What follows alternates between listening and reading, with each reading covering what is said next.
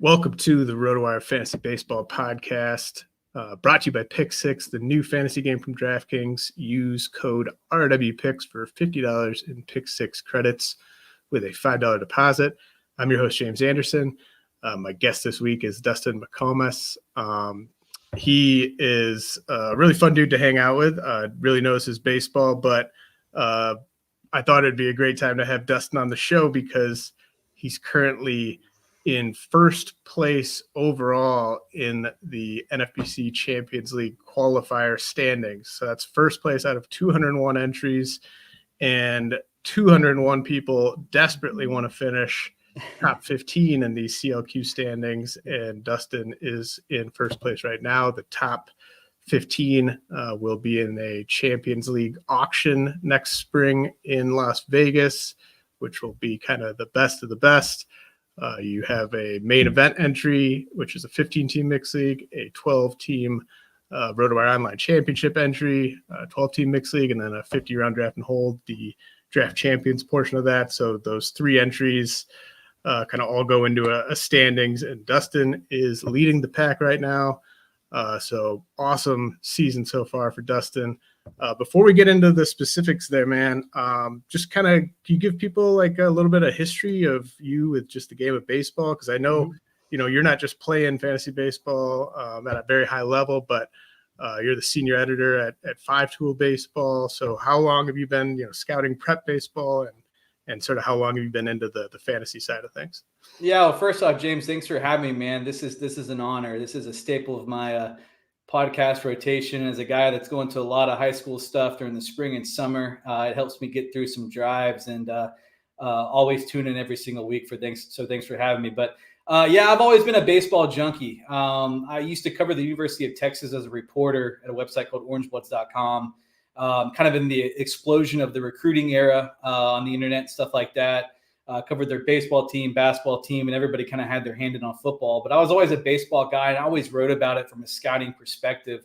So whenever Five Tool was looking for somebody to really help them in Texas with the evaluation side, and really just a lot of writing, because they did so much of the video component, were really taking off with their summer events and their high school coverage, I was like, man, that seems right up my alley.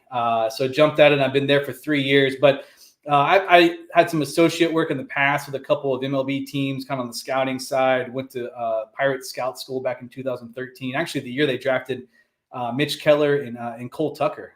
So it was fun to see both of those guys after they just gotten drafted. So I've got a little bit of a background there. That's always how I've looked at it. Had a couple of opportunities with some pro teams in the past, but I think I'm in a great spot. It's a great family situation. And yeah, so I've ever since probably about 2006, I've been trying to find a seat in the scout section with a radar gun, and just been looking at the game that way. That's awesome. So when did you start playing fantasy baseball?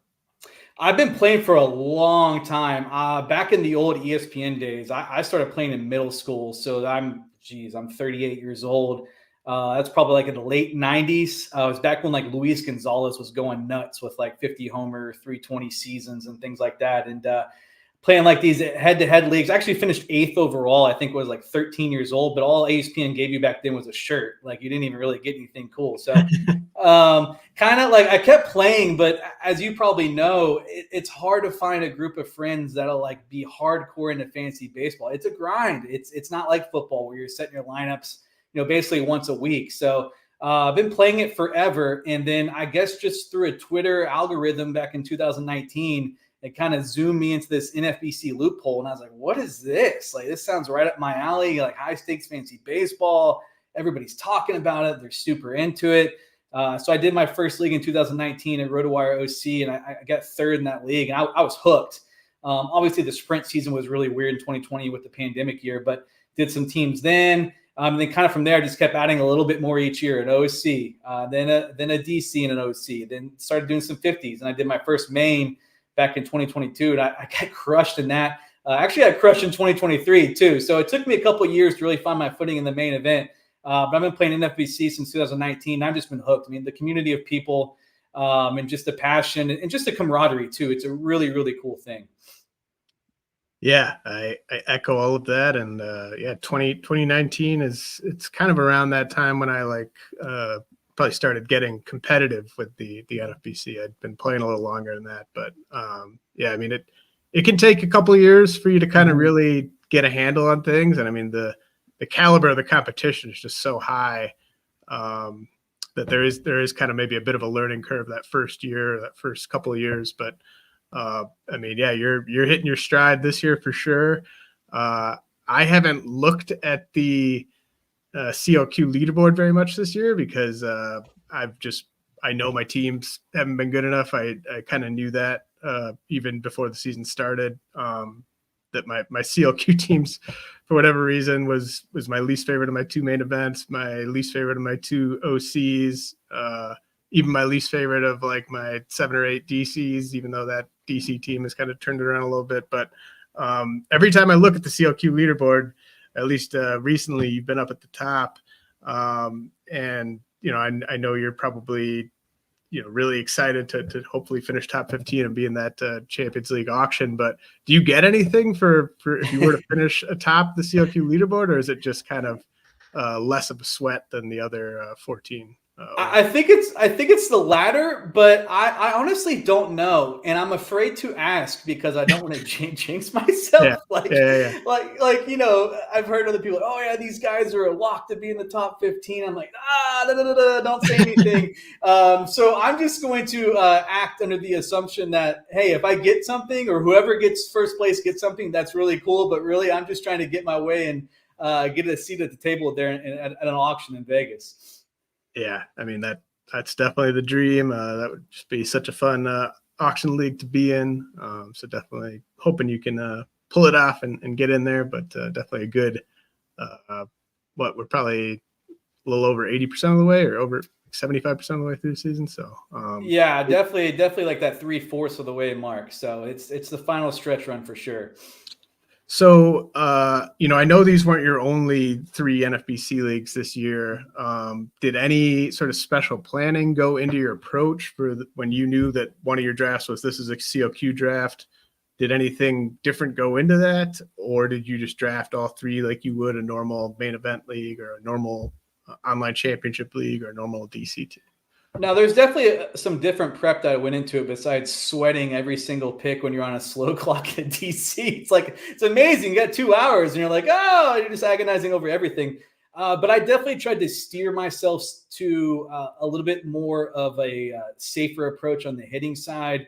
That's one of the reasons why I started Jose Ramirez, Francisco Lindor with my 2 first bats. I was like, let's get 2 guys I think are going to play every single day. I think there's a pretty good floor there in terms of some homers, some runs, some RBI, some steals, and kind of go from there. So I definitely wanted to be a little bit safer. I mean, the OC was just, it's just such a wild card when you get into that draft room, especially if you don't know who you're drafting with. And I always draft my OCs after all my 15-team leagues are done. I just my mind works better that way. And the OC I was in for my CLQ, I'm like, all right, I'm ready. This is like my 4th OC I've done. I'm ready to rock. And the guy 2 spots beside me who was picking at the end started like 9 straight pitchers. And I'm like, well, all my planning just goes out the window at that point. You just got to adjust on the fly and grab your value and go from there. So couldn't really plan for that. But definitely with the DC, I wanted to be more conscious of, at least on the hitting side, to try to get some safer players. And really, too, I just felt like entering the year with the outfield group, there's so many platoons that go on now that I was like, I don't want to use a lot of early capital on outfielders unless it's just what I think is a great value that kind of slips to me, or if it's an early round stud. If you land on a Soto or somebody like that, yeah, you jump on that. But really, I was like, I'm gonna wait, maybe try to grab one of those Brandon Nemos. He was a big guy for me this year, kind of in that range. I drafted him for batting average, and he's hitting 230 right now. But some of those guys kind of in that range, and then just kind of wait. Say, I'm just going to stack a bunch of outfielders later on. So that's what I did in the DC. I definitely was pretty nervous coming out of there, though. I was like, oh my gosh, I got, I really liked Wilyer Abreu, but with Ceddanne kind of jumping in center field, I was like, uh-oh. And then they got Tyler O'Neill and some other guys, but that turned out to work out okay. Just a lot of guys like, Mickey Moniak, Jake Myers, Brendan Doyle, like guys I thought were undervalued and were probably at least going to be strong side platoon guys. Obviously, in the case of Doyle, his glove is going to keep him in there.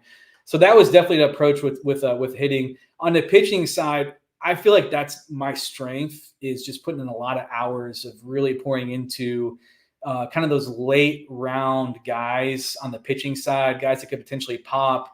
We talked about Chris Sale, early in draft season as a guy that was a big target, just for his strikeout rate and strikeout to walk and that sort of thing. But really, I poured a lot of time into the pitching side. Like, if you're going to succeed, I really feel like you've got to nail one of those late round arms that can just really boost you in the right direction. Unfortunately, I was able to hit on a couple of those guys. Yeah, definitely. That sounds like a lot like sort of my, or at least the way I'm going to approach this DC that starts. We got a start date for it a week from today. I'll be doing 11 rounds of that too early DC, and like what you were saying with the outfielders, I think just kind of it has to be kind of like a no doubt easy pick, I think, to go outfield in those early rounds. Going to definitely try to have a nice base of infielders. It seems like that's the best way to just have a monster season is to just nail a late arm or two and have them on a bunch of teams. So you got to hit on it, but if you can do that, that's great. Anyone who's watching, if you like videos like this, please subscribe to the channel. These are free for you guys, so that's something that you can do to help us out. Really appreciate that. Did you ever play the over-under game with your friends? Think I can eat that slice of pizza in under 30 seconds, or I know it'll take you over a minute to down that 2-liter. If you have, then you're going to love Pick 6, the new fantasy game from DraftKings. Here's how to play during baseball season. Pick between 2 and 6 players and choose if they'll have more or less of a stat like runs, hits, strikeouts, and more. Track your picks and play against others for a shot to win huge cash prizes. That's all there is to it. Download the new DraftKings Pick 6 app and use code RWPicks. New customers play $5 and get 50 in Pick 6 credits. That's code RWPicks for new customers to play $5 and get 50 in Pick 6 credits only on DraftKings Pick 6. The crown is yours. One per new customer. Non-withdrawable Pick 6 credits expire in 6 months. Limited time offer. Gambling problem? Call 1-800-GAMBLER. 18 plus in most eligible states. Not available in all states, including New York and Connecticut. Eligibility restrictions apply. Void where prohibited. See terms at pick6.draftkings.com/promos. Okay, back here with the CLQ leading Dustin McComas, and we're going to be talking about some of the stuff that went right for him to be leading that very prestigious 201 entry leaderboard. So I was looking at some of your teams. I'm very jealous of your catchers and your DC. I just love that Will Smith, Sal Perez combo, just as steady as it gets there. Love that base of catchers in the DC. I love the closers you have in your main event. Just ridiculous. You got Kirby Yates, you got Emmanuel Clase. I think you got Craig Kimbrell on your bench. Maybe. And you've got a heavy dose of Jack Flaherty. You've got Chris Sale was a guy that you and I talked about being on before the season. J-Ram, as you said, as kind of an anchor for a couple of your teams. You had some fun, Garrett Crochet on at least one team. I saw Brenton Doyle, you mentioned Zach Neto, Marcell Ozuna, Alec Burleson, a great in-season pickup. Are there a few of your preseason evaluations that you think just really laid the foundation for your success this season? Yeah, it's funny. One of the guys I feel like hasn't really been mentioned much compared to some of the other ones is I was especially proud of my Brady Singer picks. I think I had 8 shares of him, and I went and looked. And one of the things I've added to my offseason research when I do dives on pitchers is I really look at the game logs, because there's 1 or 2 outings that can totally skew everything. And kind of read through the reporting. It's all right, he pitched through an injury to end the season. I kind of liked what Kansas City was starting to do on the pitching side. It feels like they'd finally turned the corner a little bit there with what they're doing with the pro development with the arms. He's had a good season in his career already. I was like, you know what? The Royals are going for it. I'm just going to take a shot on him every chance I get. And it's turned out great. And also, too, I kind of looked at the schedule and I was like, there's a chance that he really starts the season with an early schedule and gets off to a good start. And he did. And he's been a guy that lately has had some issues, but really it's just been like, if he's playing a mediocre team, run him out there. If it's a great team that hits lefties, you just put him on your bench if you can. And you and I were aligned on Jared Jones. He was a guy that I know a little bit about in high school because he signed with the University of Texas. And so I'd followed his career a little bit. And just the stuff, I went and watched the video and just saw the reports. And as spring training kept going on, I was like, they haven't sent him down yet. And it reached a point where it was like, if they haven't sent him down by now, chances are he's going to break camp with the club. And he did. And, fortunately, he had a really strong start to the season.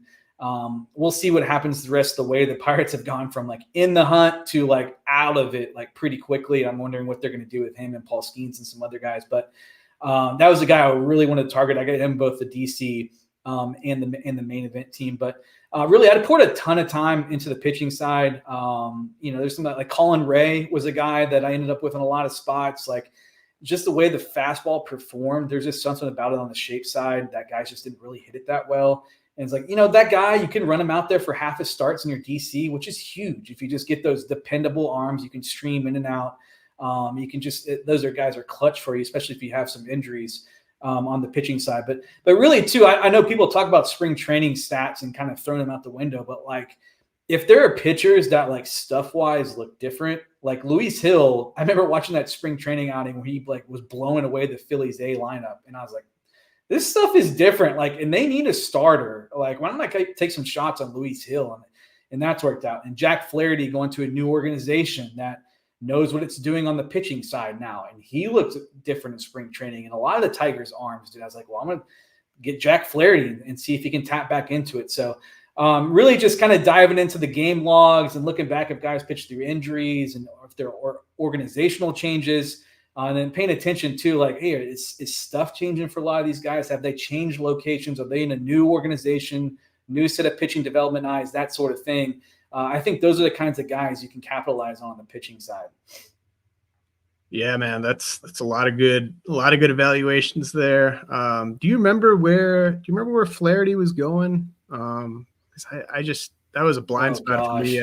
I like once the Orioles couldn't really fix him, I was just kind of I didn't even really give him a second thought, and that was obviously a huge mistake. And I should have watched him in spring training. But do you remember at all where you had to take him, at least kind of like late in March at all? I don't. I know in the main, I jumped him pretty good. I think it was like 240-ish or something like that. But I think in DC's, like, I think it was post 300 ADP. And like you, once I saw he went to Baltimore, who I consider, one of the premier development organizations right now in player acquisition and all that stuff, and the way they used them and the way it just didn't work, I was like, oh man, maybe it's just not really fixable. Then he got into Detroit and just kind of reading between the lines, like he signed there because he believed in what their pitching plan was from him. And by the time he got into spring training, I just couldn't draft him in any DCs. I was like, well, he's at the top of the target list for the main. But yeah, I'm around like 240, 250, I think is where he's going kind of in that March area. Yeah. I mean, like the Luis Hill thing, I think has lasted like longer. Like I'm honestly surprised he's still healthy. Like I have a decent amount of Luis Hill. You and me both. Like I was sort of, this is a good flyer for maybe, 10 starts or something like that. And it's just turned out to be so much better than that. And he had that like little blip. I know his last start was frustrating. Like I think everyone who pitched on Monday sucked, but ain't that the truth? Luis Hill's last start, I think, wasn't great, but he had that little blip in like June or something, but then he kind of righted the ship. I mean, that's just been a hell of a pick. And, for him to have a 1.15 whip is insane. You knew the strikeouts would be there for as long as he was healthy, but just, did not expect him to be that big of a help in whip. And, like Jared Jones, like all he had to, he basically paid off his draft slot by the end of May. So yeah, great calls there.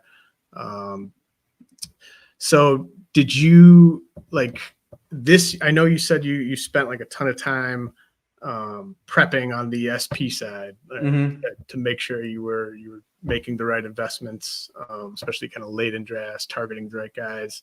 But did anything change for you in terms of your approach to, pitching or even just general kind of roster construction this year, as opposed to your first, few years playing in the NFBC? Yeah, absolutely. It's a great question. And I definitely made a conscious change, especially in the main event, that I wanted to go into the season with a bench that was filled with a lot of starting pitching. I think I was running, at least 4 pitchers, sometimes 5 on my bench for a lot of the first half of the season. And my thinking was, I'm putting the research into this position, so I want to try to capitalize that on that as much as I can. And also, too, with kind of those lottery ticket picks you take a swing at, being able to have a few of those to take. And because, if you just hit on one of those, it's huge. If you hit on a couple of them, it's massive. So I knew going into it, I was like, you know what, this is where I think I'm strong. I want to draft a bunch of these guys. And worst case scenario, I get into the year and I can stream from my bench a bunch, and the ball's not traveling as much and scoring's kind of down. And maybe you can build a little nice little cushion in ratios and wins with your 2-star guys and things like that. So I definitely want to say I'm going to invest more on just pitching in general on the draft side than I ever have before. And then hopefully I had on enough bats and fab that can kind of help boost that. Unfortunately, knock on wood, I've had very good injury luck in the main with the pitchers, although lately I've been dealing with Jared Jones and Ranger Suarez, Max Fried for a little bit. So kind of been dealing with some issues there. But because I drafted so many pitchers, I was able to get a nice little cushion there and also be able to put some guys in there if I needed to from a depth perspective. But yeah, I knew heading into it, it's like I want to take some of those lottery tickets. And just listening to guys too that have really won overalls and things like that, you start to look at, getting a Ronald Acuna last year was awesome, but hitting on one of those, 15th round SPs was almost just as valuable from like an SGP value perspective. So, there are a lot of ways to build your roster and things like that and gain value, but I knew that I wanted to try to hit on a couple of those arms because it could just be such a difference maker and just have a bunch of those guys on my bench. So I'm not having to dip into fab every week and rolling guys from there. Yeah. It's something that, I've heard from people over the years, like you said, like a lot of smart players like to, maybe have 2 position players on their bench, maybe even 1 at some points. But yeah, I like the idea, especially in those live drafts. And especially if you still have pitchers on your board that you're actually excited about late, right? Taking those guys over, it's pretty rare that you would take a position player in like round 29 or round 30 and have it be like something that really pays off for you. And you might even take them in round 29, round 30, drop them 2 weeks into the season, and then they, find their groove in like May or something like that. But I think with like the pitchers, sort of like you were saying, you kind of find out pretty early, like, was this a sharp pick or was it not a sharp pick? And then if you bust on a guy, like you can drop them and you can go add that same hitter you would have taken in round 30 or whatever. So yeah, I love that approach. We've been joking in our DMs about the Summer of Ceddanne. Oh yeah. Rafaela, someone that you and I both have a lot of exposure to. And he was certainly someone whose spring training led him, he was someone like during the winter, I had him sort of in fairly highly ranked as like a redraft prospect, but as sort of like a, boomer bust type, not necessarily a guy for fab leagues, but he just had such a strong spring. And obviously the physical tools are very impressive with Ceddanne Rafaela of the Red Sox. So you and I both rode that wave, and it's gotten better seemingly every month, at least, like we were joking about him hitting 250 and now he's like pushing 260, 263 right now. It's incredible. Yeah, I mean, like I seriously was joking with you like 6 weeks ago about, man, he's hitting like 250 now. Yeah. To 263, and Obviously, he's got the power, he's got the speed, the defense has been keeping him in the lineup, especially early in the season when the batting average and OBP were a little bit lower. But when you look at Ceddanne Rafaela, like, to me, he's maybe a little ahead of schedule in terms of when I would have expected him to be an everyday player, just in terms of developmentally. So when you're talking about a guy with, obviously big time speed, even though the stolen bases haven't quite been like in that sort of, carrying a category type of level this year or anything like that. But do you see another clear level for Rafaela in 2025? Or do you think that sort of the guy we're seeing, from like June, July, like that's kind of what you should be hoping for next year? Yeah. I mean, it's crazy that at one point, pretty deep into the season, I think he was leading the Red Sox in RBI. And this was kind of when Rafael Devers had his little injuries. Like, he's pacing for like 160 runs in RBI from the 9 spot, which is just, it's incredible. And like, I was thinking about this, when I saw the outline, and I'm a Red Sox fan. I watch a lot of their games. So he has a special place in my heart. And I was like, man, does he have another level, or is this just kind of, it broke right in the first year? But I saw recently, and credit Red Sox Stats for tweeting this out, a great Twitter account to follow, just for anything Red Sox related. And he's cut his K rate substantially. He was above that 30% mark for a while. I think he's down to like 24.3% now. Obviously, the walk rate's never going to be high, and that's just who he is, which is fine. I think that can lead to maybe more RBI opportunities and things like that. But I was looking, I was like, maybe there is another level, because, early in the season, it was like, if you get ahead of this guy and throw him a slider alone away, he's toast. Like, he's just going to wave and miss at it. But if you make a mistake in the zone, like, that bat's going to be in motion, and he's got hand-eye coordination. He's got surprising pop for a guy his size. I think he's going to grow into a little bit more. So I'm super encouraged by these recent adjustments, because to me, it shows there's a tangible shift in like the approach and the pitch selection.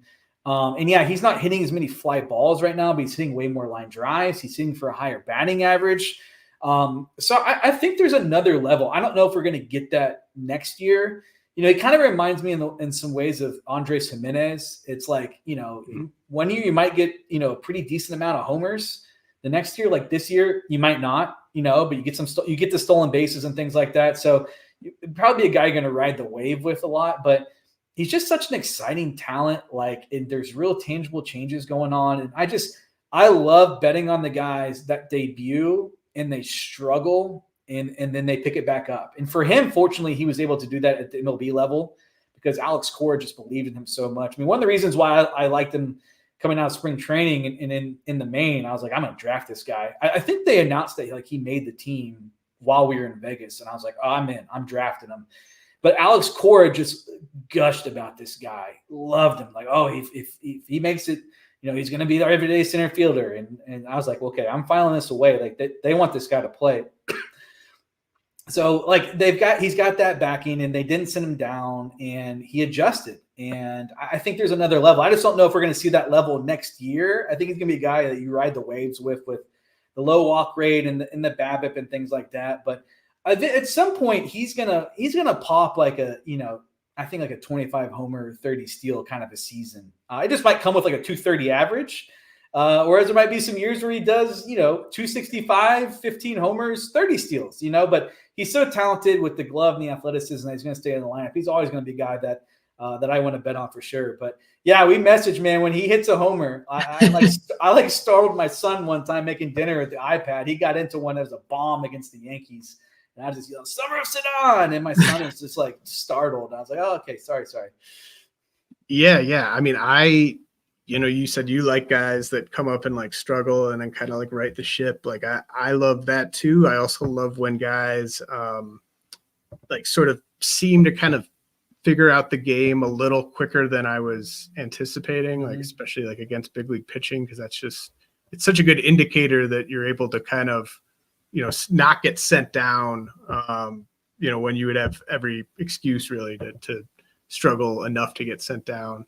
And then think too, when Trevor Story went down, this guy had to play shortstop at the major league level. Like that on its own is extremely difficult to do. So you do that and you're striking out a bunch, but the mental makeup side to pull yourself out of that and then have this sort of season, I think it says a lot about the caliber of talent and mentally how strong he is too.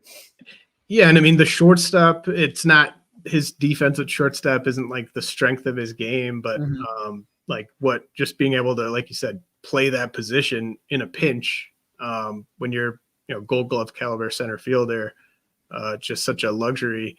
And I've been doing, my prep for this too early, meatball DC first 11 rounds of the first high stakes league of the year be happening a week from today. And of the, and this, don't hold me to this. I'm not 100% sure this is all accurate, but like of the hitters I expect to go in those first 11 rounds, I think there are only about 6 guys with dual eligibility. So it's like Jordan Westberg is second and third. Spencer Steer is first base outfield. Ceddanne Rafaela is outfield shortstop. Luis Rengifo is, what is he, third and second. I do love the middle. That's clutch. Yeah, it's clutch. And then Jake Berger's first and third. And then Willie Castro is going to be 2025. So Luis Rengifo, where Willie Castro has kind of the nuts eligibility. He's going to be short, second, third outfield for Willie Castro. But like for there to only, I could be missing somebody, but I think it's only, and this isn't counting guys like, Mookie Betts could certainly be shortstop and outfield. And, but like, as of right now, I think these are the only guys. So Ceddanne being, outfield short, I mean, that's a nice luxury to have. Outfield, infield is great, and then corner middle is great. So yeah, I'm excited to sort of see what the ADP is like for Rafaela, because I mean, do you see much downside there? Like, could you see it? I mean, I wouldn't say it's impossible for him to struggle enough next year to lose playing time, but it does seem like kind of a sneaky high floor with Rafaela. I think so. I mean, the glove's going to keep him in there. Like the glove, the manager backing. Like, I mean, at some point, what did he have? Like a 68, like WRC plus at some point in the year. It just kept running him out there. So I think it's a pretty like 15 homer, 20 steal floor, like, and he's probably going to hit 240, like. And in DC, I mean, I consider the multi-eligible guys to be like around above where I would typically have them. It's just so valuable, especially those unique guys like Ceddanne that can play middle infield, shortstop, and also outfield as well. So I think it's a pretty good floor. I think you're right. I'm hoping that people kind of look at the K rate and the lack of walks and the lineup position and kind of keep his value down a little bit. Because if so, it's definitely a guy that I'm going to be betting on for sure.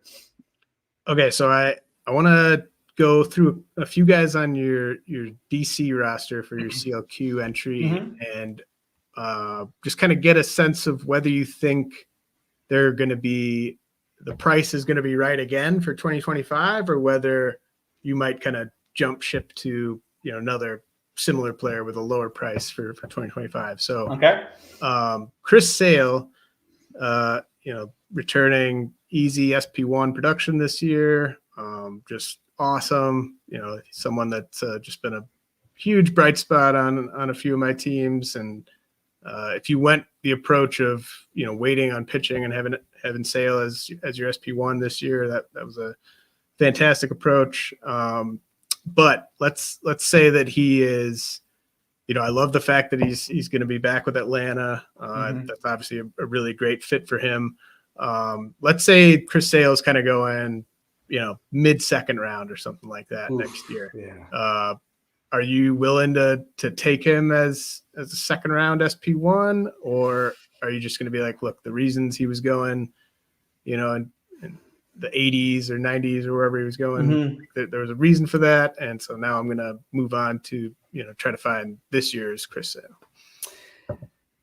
That's tough. That's quite the price. I think I would be willing to dive back in the right situation where I feel like I could absorb a little risk. I mean, he is going to be 36 years old next year. He's had some injury issues in the past, but I'd be willing to bet on him because he's probably going to be able to be a whip anchor. Even if the ERA fluctuates, into the mid threes, maybe even closer to to 4. The fact that he's so strong in whip to add to those strikeouts, and then you throw in the team context. Team context and whip and strikeouts are things that I really target early on with my starting pitchers. You got to get some wins out of those guys. ERA, I feel like, is a little tougher to predict sometimes, but the whip, it's just such a, hey, do you have control and command or you don't type of deal? Can you miss bats or do you not miss bats? So that's a hefty price, but I think that in the right situation, I would definitely be willing to pay it for him.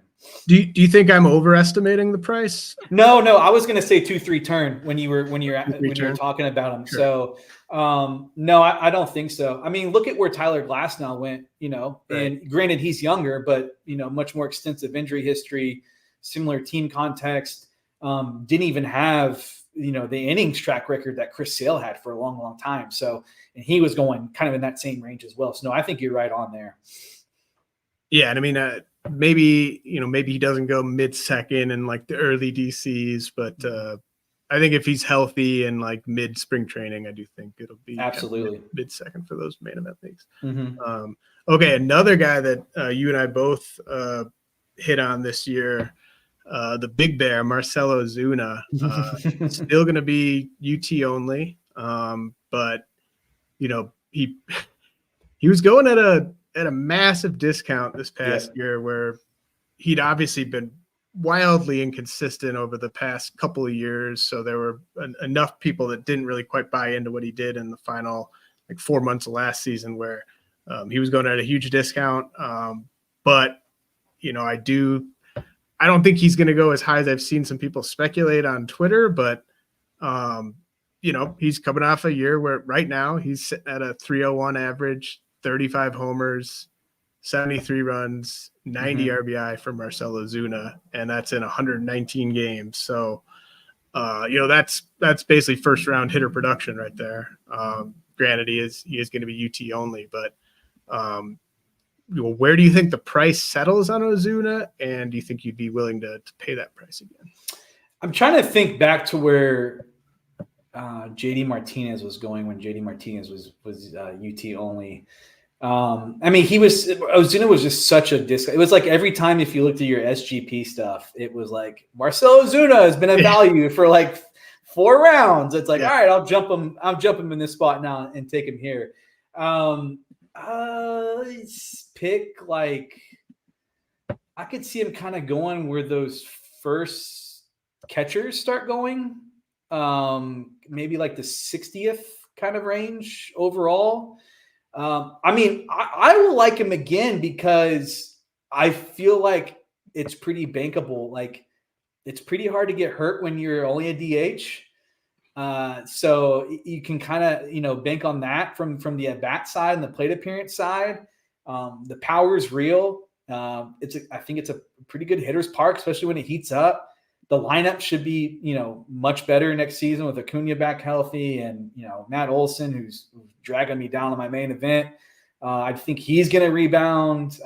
It's just everything went right last year and everything has not gone right this year. So I don't know. What do you think price wise? I think he's going to go. I'm kind of thinking third round, honestly. Really? Just because 90 ribbies and basically no Acuna, might as well have been, no Albies, and then, Olsen, like you said, down year. Austin Riley, I know he's obviously rebounding a bit, but not quite the Riley year we were expecting. Michael Harris, has been MIA for months. So, and then this, if you go back to to last year, we're up over like 200 games in a row of him performing basically at this level. So I don't know. Like, I think do you think if it's like, let's say you're up like, or I mean, how about even we just compare Ozuna to like Matt Olson or Pete Alonso? Like, do you think those guys are just clearly like should be going a couple rounds ahead of Ozuna? I don't know. I don't, but people just have such a stigma about taking UT only guys early on. When I've been guilty of this sometimes in the past as well. You kind of look at it and you're just like, you can't play him in the corner and you can't move him in if a guy gets hurt or this or that. So I don't think those guys should be going ahead of him, but I think they will just because they have a position and Marcell Ozuna doesn't. But I mean, if you look at the skills, and like he said, we're going on like a full season and a half of this guy just being on a heater, like everybody in Atlanta struggled this year besides this guy. So he's been immune to that as well. So I think from like a skills and like bankable production standpoint, he's on par with those guys, but I think he will go a round or so later just because people will look at UT only and say, I don't want to draft one of those guys early on. I'll just get a position guy that can move around my roster. Yeah, I mean, it's definitely it's more fun to take a UT only guy in like the 10th round that you think is a bargain than in the 3rd round. Ozuna's got a 55% hard hit rate and a 625 X slug right now. Oh my gosh. I mean, he's on just a crazy level as a run producer. And it's so hard. I mean, been talking about this since like I think Rob Silver made this point like in the magazine, and back when we did a magazine, he wrote an article about just like even more scarce than the like 25 guys are the guys that hit above 300 with 40 homers and 100 plus runs, 100 plus RBI. Like that's just so valuable. So I don't know. I think it'll be another thing where like people's SGP is going to be like, this is the guy. And then it's kind of a question of where the ADP settles and when people feel the need to take him. But I think in DC's, he'll still be a bargain because even especially in that draft, you're like, I can't draft a UT guy. Like just because if injuries happen, I got to have somebody throw in there. So he'll be. Everyone has an experience where they've had a guy that they really want to be starting and they just can't fit into their roster on the DC. So, I mean, it'll be interesting to see what Ozuna's price is. What about Bryce Miller with Seattle? Another guy that I had a decent amount of as well. Love the park, love the opportunity for growth that I saw after his rookie season. But do you think Bryce Miller will be priced properly? I liked him significantly more than Brian Wu for this year, just because I thought he was much more reliable from an inning standpoint. But that was, kind of a toss up for, I think, ADP, but that won't be the case this year. But I don't know. What do you think Bryce Miller will be a guy to go back to? Yeah, I do. I don't foresee him for a guy that's having the season that he's having. Maybe I've missed it. I don't feel like he's been talked about a ton, and he's like delivered exactly what you hoped he was going to deliver. Even if you jumped him up in drafts in March, you were hoping for the ratios. Maybe you weren't quite getting the Ks you might have expected, but like he's delivered more than enough in that area as well. And I just like he's had this, and I don't know if it's because he pitches out in Seattle and he's not George Kirby or Luis Castillo, but I feel like he hasn't been talked about for a guy that's like totally cashed in on where you took him, which was really early on in draft. So I'm kind of expecting him to go around a similar range or maybe a round higher or so. And if he does, I'm definitely in again. Like you said, pitching in that park is such a boost. I still think that they're definitely treating these next years as a competitive window. They're going to go for it again. He won't get the luxury of the call us when the A's move to Sacramento. Whenever that happens, he won't get the luxury of pitching that park anymore. But pitching in Seattle is great. And again, another whip guy.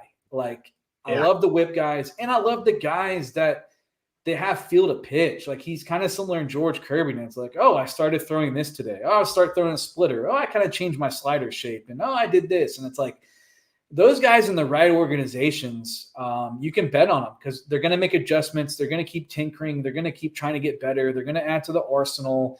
And I think Seattle's a great organization on that side with the pitching guys. So, yeah, I'll be in. If the price is anything like it was last year, or even like a slight boost up, which I'm expecting it to be, I'll definitely jump on that because I feel like the ratios are bankable, and I feel like the team context is pretty solid as well. Yeah, Bryce Miller's got a career 5.4% walk rate. It's so good, big time. Like, I love guys that young with the dominant fastball and. The good team context. And you mentioned the strikeouts, they're not quite because I could see myself leaving some drafts with Bryce Miller as my SP2 for 2025. And the strikeout rate isn't going to be quite where a lot of other SP2s are at, but I do think there's room for him to, he could really refine a pitch this offseason and unlock another bat misser in the repertoire. So I think there's room for him to kind of go with the awesome command. You got the great home park, and then maybe he takes a step forward with the strikeouts. But even if he doesn't, I don't think he'll be disappointed. So excited for Bryce Miller in 2025. Wilyer Abreu, we talked a ton about Ceddanne Rafaela. Abreu's been just another fantastic breakout story with the Red Sox. There is the sort of, are they going to platoon him question there? But I think he's produced enough, even when he has been platooned, that there's still going to be a lot of intrigue. 12 homers, 7 steals in 93 games, hitting 270. What do you think about Wilyer Abreu for next year? Huge fan. He's got some tools. Like, if you watch this guy play, the outfield defense, the arm strength, the pop, he's just not just a solid fantasy player. He's a real life good baseball player. Shout out to Chaim Bloom for one of his departing gifts for Boston, getting him in that deal coming back to the Red Sox. I'll definitely be in. I feel like people are going to look at the overall numbers and be like, okay, he's probably going to end up with 15 homers, 10 steals, solid batting average. And they're going to say, he's a platoon guy. But you kind of look at the plate appearances. I think he's going to get more plate appearances next year. I know he had that injury kind of a little while back that he was out with a few weeks, but he's just such a well-rounded, good player. And he really was running a lot earlier in the season. I don't know why he slowed down a little bit, but I mean, there was a point where it was every week you're going to get a stolen base from that guy. So I think because the defense is so good, seems like the guy Boston really likes. I can go back to the preseason. One of the reasons why I really liked him was Sam Kennedy was, telling everybody, we got to get Wilyer Abreu 400 at bats. And I'm looking at the outfield depth chart okay, well, Ceddanne makes the team. How is this all going to work? And he's just one of those guys you just bet on the skills with, and it did work for him. So I think that he's a guy that he's got another level. He's, even if he's a strong side platoon guy, I think he's got a 2020 season in him at some point with a batting average that's probably going to be slightly better than average and maybe even help boost your team a little bit. So definitely be in on him. And I think he's a guy just because of the way the season played out, even though he was a really hot fab pickup early on, people are going to forget in a couple of months and they're going to look at the overall number and say, okay, platoon guy. Yeah, he's in a mix with all these guys, but there's some real skill and talent there that he's going to reach another level sooner or later. Yeah, I think everything you said is right on. And he's almost one of those guys, Wilyer Abreu, that it helps if you rostered him this year to kind of sort of appreciate how good it's been when he's had a stretch of health, because it has been sort of an interrupted season. But that trade that Chaim Bloom pulled off that you referenced, just crazy. Got Wilyer Abreu and Emmanuel Valdez for 2 months of Christian Vasquez. Yeah. Yeah. Just crazy good trade for the Red Sox. Okay, this guy fascinates me. Talked a little bit about him with Dom last week, but Brenton Doyle, a guy that you've capitalized on this year. I think he might be the top guy that I'm kicking myself for because I just did not give him enough credit before the season, and I went back and looked like after he was starting to really make me pay for not having him, and it was just like the signs were there. I just didn't really look close enough. And Brenton Doyle, man, he's going to go 2020 if he hasn't already this year. Obviously playing in Coors, a lot of what we said with Ceddanne Rafaela, where the defense keeps him in the lineup. That is definitely true of Brenton Doyle with the Rockies. Yeah, he's at 20 homers, 23 steals, hitting 265 in 116 games for Brenton Doyle, worth over 3 wins above replacement already this year.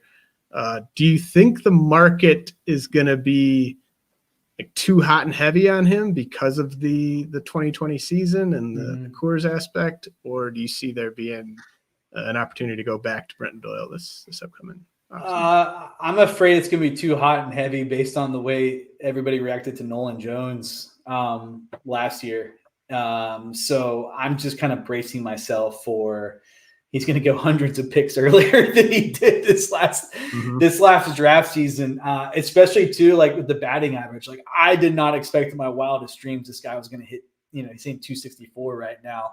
And even the XBA is like 250, 255, something like that's like, it's not very flukish. So people are going to look at that and be like, oh, wait a minute. The barrel rate, the batting average, the steals, the defense in center field is like as good as it gets from that regard. So you never have to worry about him coming out of the lineup.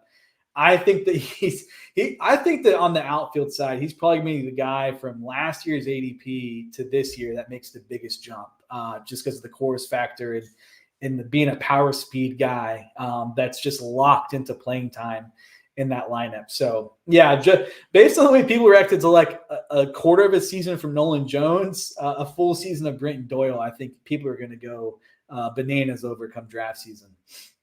Yeah, there's just the outfield is so deep. It's feels like it's going to be even deeper this upcoming year.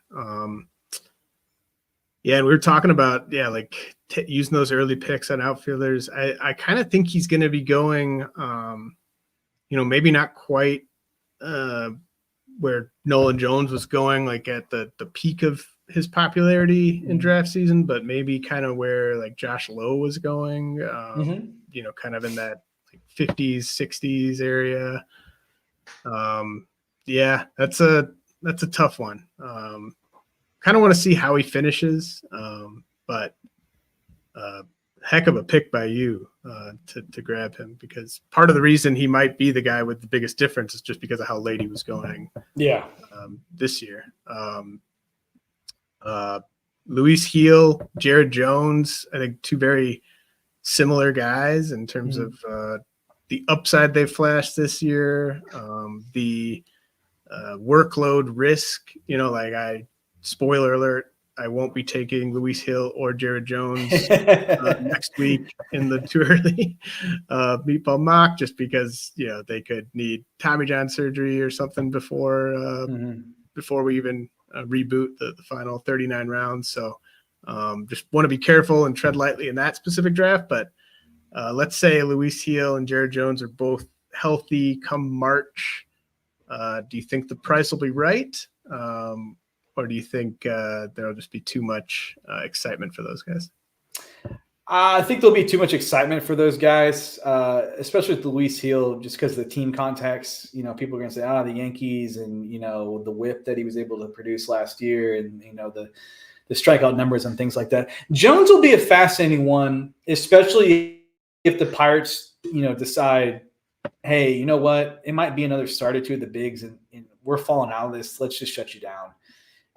And I think people's lasting memory of Jared Jones is going to be like kind of struggled a little bit, got hurt, came back, and just was kind of falling out of the picture. So maybe that price ends up being more reasonable than I think I thought it would be a month ago.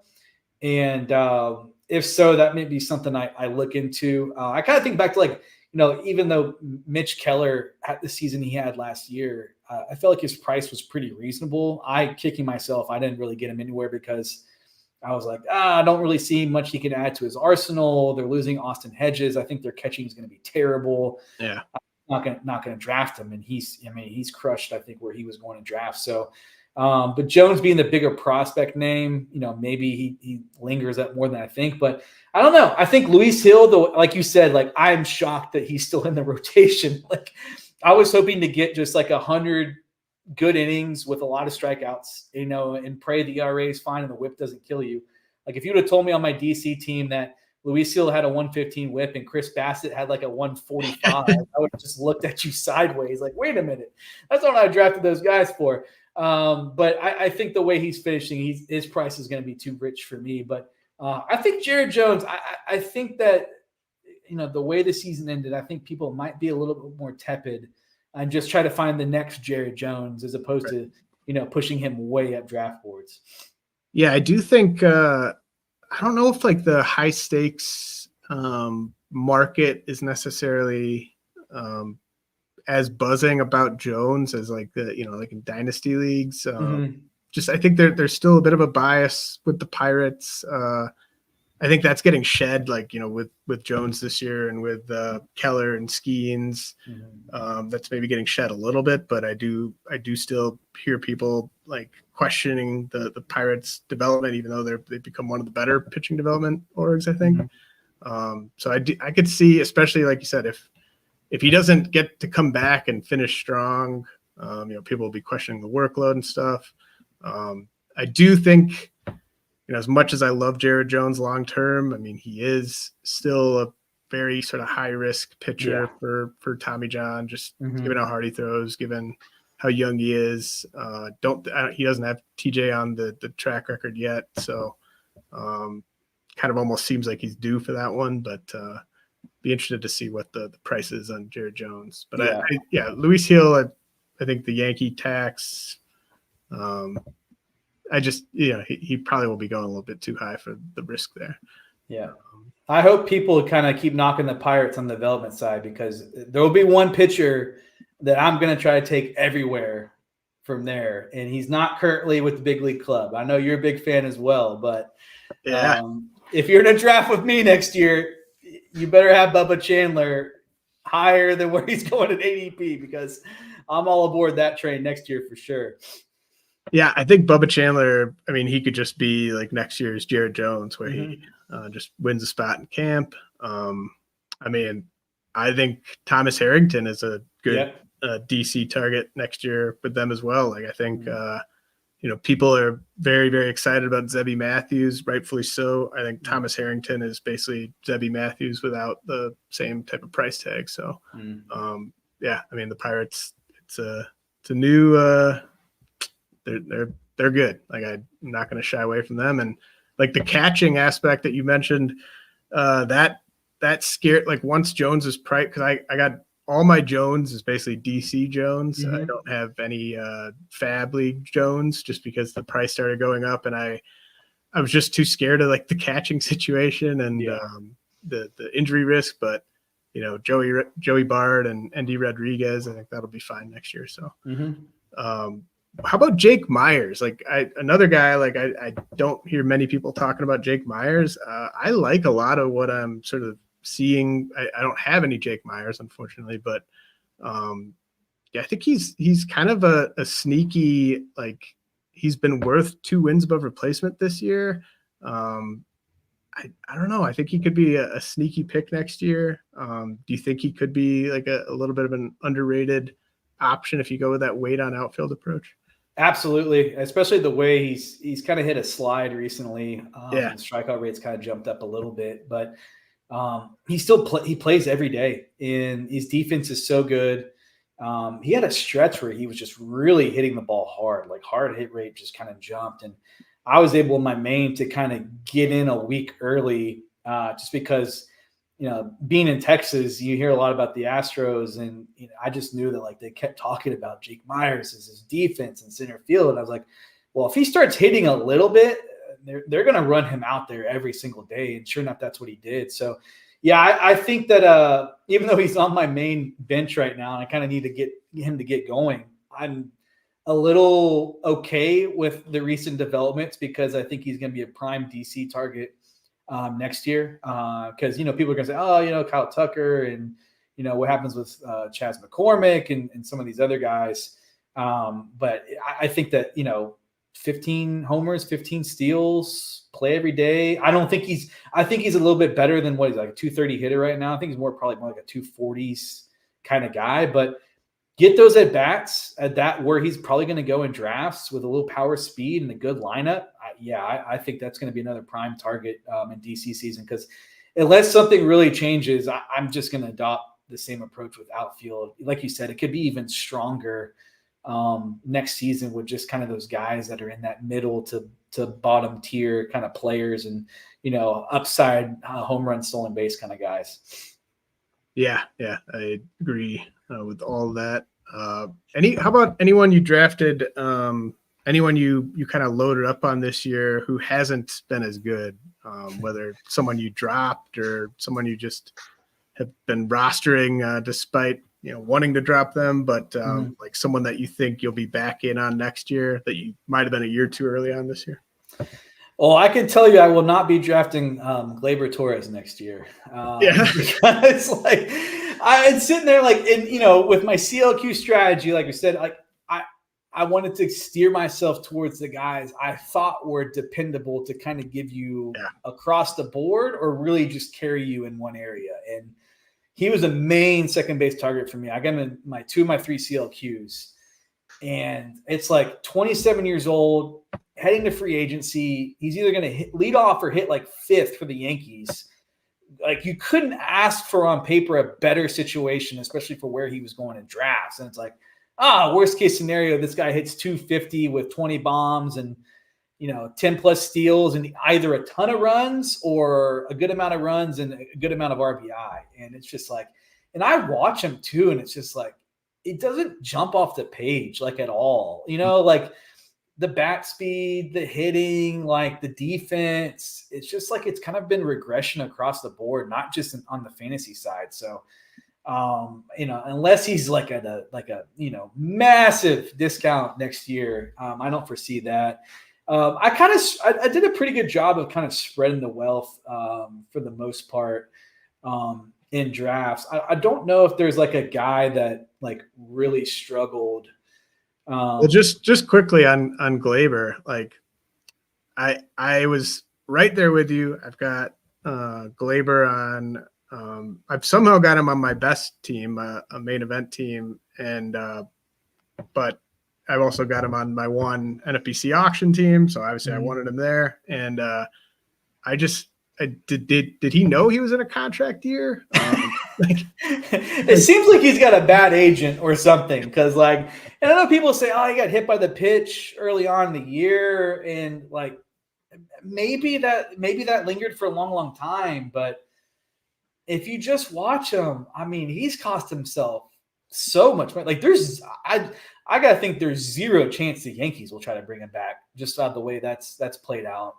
But and so with Gleyber, and I know there were people that were on this, and I just didn't see it. But I think he kind of maybe stopped attempting steals late last season too. But he's attempted 2 stolen bases since May 16th. That's crazy. And he's basically been healthy the whole time. Like it's embarrassing. So like usually those guys that aren't hitting, they're like, I gotta impact the game in other ways. Like they're usually overly aggressive because they kind of feel the burden of like, I'm hitting 240. I'm not driving the ball of the yard. Like I've got to contribute in some way. And he's not even doing that. Like next year, I think I might even take, just like the boring, like Bryson Stott, Nico Horner types that aren't even having that great of years, but like, at least, they're going to steal bases and like, they're going to play. And like, I don't know where Gleyber's going to end up, but I'm with you on that one. Yeah, that was a tough one. Drafting my main and thinking that, what, Matt Olson and Gleyber Torres are two bankable guys. Yeah. Oh yeah. That's been tough to stomach. So definitely will not be on my list next year. I'll be taking Luis Garcia where I took Gleyber Torres last year. Yeah, that's going to be.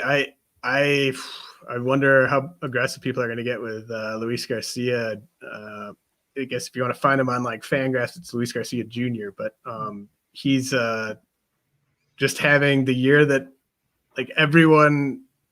He's rewarded the most patient Garcia fans in the world because he's gotten so many chances. He finally paid it off this year. I was kind of looking at second base. I think he's going to be on my board. I've got him as like my 8th second baseman, and you can maybe even push him higher than that. But like 14 homers, 19 steals, 291 average for Luis Garcia of the Nats. That's in 104 games. So, he could go 20, 25 or something like that, maybe if he finishes strong. And the defense is finally good for Luis Garcia this year. That was always an issue that would get him sent back to AAA and stuff like that. But I guess the Nats knew what they were doing with Garcia, and he turned 24 during the season. That's crazy. Like, I don't think people realize he debuted when he was 20. Like he was up when he was 20 years old. Like normally that's reserved for like the most hyped, famous prospects that are around. And he kind of arrived with not even close to that fanfare, if I'm remembering right. And it's like, he debuted for 20. He's played in the big leagues for 4 years already. It's pretty wild. Like when he wasn't getting sit down for his defense. Yeah. From 2020 to 2023, in 325 games, Luis Garcia was worth negative 0.4 WAR. But they stuck with him, and now he's just you would take Luis Garcia over those, or at least I would, over like those Stott, Horner, absolutely, Jimenez types, because he's kind of he's bringing everything. He's not just one of these sort of light hitting speed guys at second base. So that's a good call out there. How quickly after this season do you think you're going to get into your first, DC or whatever? What's your approach to early drafting? Yeah, kind of. Some will depend on how it ends because I feel like I'm just like gripping on for dear life right now in some places. But I usually I'm able to resist the urge until like probably around the first of the year, mid-December. I really try to do all of my pitching stuff before I do any drafts. I just feel like the hitting side.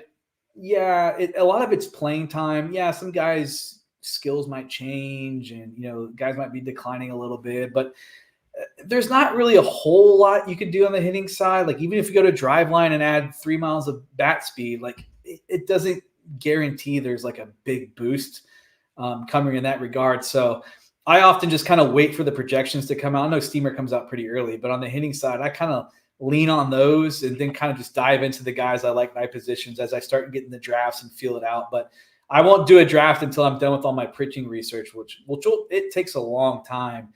So right around the first of the year, I'll start hopping in some DCs and start slowly building up to the Vegas draft in March. And hopefully this is wild, James. If I'm fortunate enough to be in the top 15, it will be my first auction draft in the NFBC. So I'm gonna need to figure out a way to prep appropriately. That includes like the OLAX, like just everything. I've never done an auction in the NFBC. So I meant to do one this year, and it just didn't work out. But yeah, I'm gonna have to figure out a way to properly prep for that when you're stepping into that arena with those players in that sort of setting. So I have to add. Well, I'm gonna try to do a bit more auction content on the pod this upcoming off season. I think it's just it's so fun. The only one I did this year was the 500 DC, where you auction the first, the 23 starting spots, and then you draft champions, the bench spots, and that was just a ridiculous amount of fun. I mean, what's your level of sweat right now? Are you like, I know you're going to be sweating at least for a bit here, but like what could you see going? Could you see anything going wrong and you falling out of this? I don't know it, but so my OC, I made it a point to draft a lot of closers everywhere, like DC's main OCs. I was like, I'm not good at fabbing relievers. Like, I'm going to invest the capital and hope that I at least hit on one of these guys that can carry me. But my OC is like Kimbrel Duvall. So Duvall is toast, at least for now. But I don't foresee him, even if he comes back. I think he's just going to be a leverage guy. I don't foresee him being a closer, especially the way Walker is pitching. So I've grabbed Daniel Hudson, Sir Anthony Dominguez, Aroldis Chapman, because it looks like David Bednar's just on fumes right now. So that's been a little bit of an issue all of a sudden in my OC.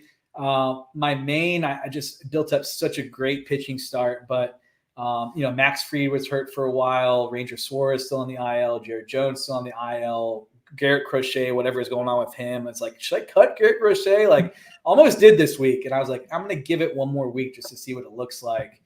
So that's kind of clinging on there as well. But knock on wood, I feel pretty good about my DC, holding on there. That is just like, if you're able to get to a certain point with that group, with like the innings and the counting stats and stuff, you're usually in a pretty good shape, because this time of year, everybody's dealing with injuries. So it's not like somebody's going to really gain on you a ton in a lot of areas. So yeah, I mean, I'm a pessimist by nature. So in my head, I'm like, oh my gosh, these are all the things that could happen for this to go wildly wrong. But I'm in a good spot right now. So fingers crossed to be able to get this thing over the finish line. And also, I mean, they're all tough main event leagues, but I'm in a really, really tough main event league that I'm in first in right now. So be a really nice feather in my cap if I'm able to win one of those for the first time. Yeah, well, that's definitely a great feeling. I won my first one last year. I have a lot riding on my one good main event team this year. I feel like that'll just save my season if I can win that one. But yeah, looking at the CLQ leaderboard, I mean, if I were one of those teams in that sort of 9, 10, 11, 12 range, I'd be a little worried, just because there's some real heavy hitters. You got Phil Dussault sitting there just right on the outside. You got Toby, obviously, who set the whole thing up. Mike Mager's sitting there. We got Dalton Del Don, Jordan Rosenblum. So lots of guys that are going to be pulling out all the stops to get into that top 15. But knock on wood, I think you should be okay, Dustin. Hopefully. Anything you want to plug or get out there before I let you go? No, I mean, if you're into the high school baseball side and the prospect side, you can follow me on Twitter at Dustin McComas. And now that I'm kind of out of my like really insanely busy season, I'll be cranking out a bunch more fantasy baseball tweets and stuff like that as well. And I can sit back in front and watch some live games when the kids allow me. But no, man, again, this is been a long time favorite podcast of mine. So it's an honor to join you on here, and really appreciate the work you do at RotoWire. And RotoWire I've got 3 tabs up at all times from RotoWire, like the pitching grid, the lineups, and then one of the other tabs as well that like they never get closed on my browser. So RotoWire is a fantastic product, and definitely a staple for my in-season, my preseason, everything with fantasy baseball. Well, really appreciate the kind words, man. Yeah, the starters grid is it's got to have that up every Monday, Absolutely, every Friday morning. So yeah, I really appreciate it, and I appreciate all the little, whenever I have a question about any, prep draft prospect from Texas, you're always there to help out. So appreciate all that as well. The podcast is brought to you by Pick 6, the new fantasy game from DraftKings. Thanks to everyone.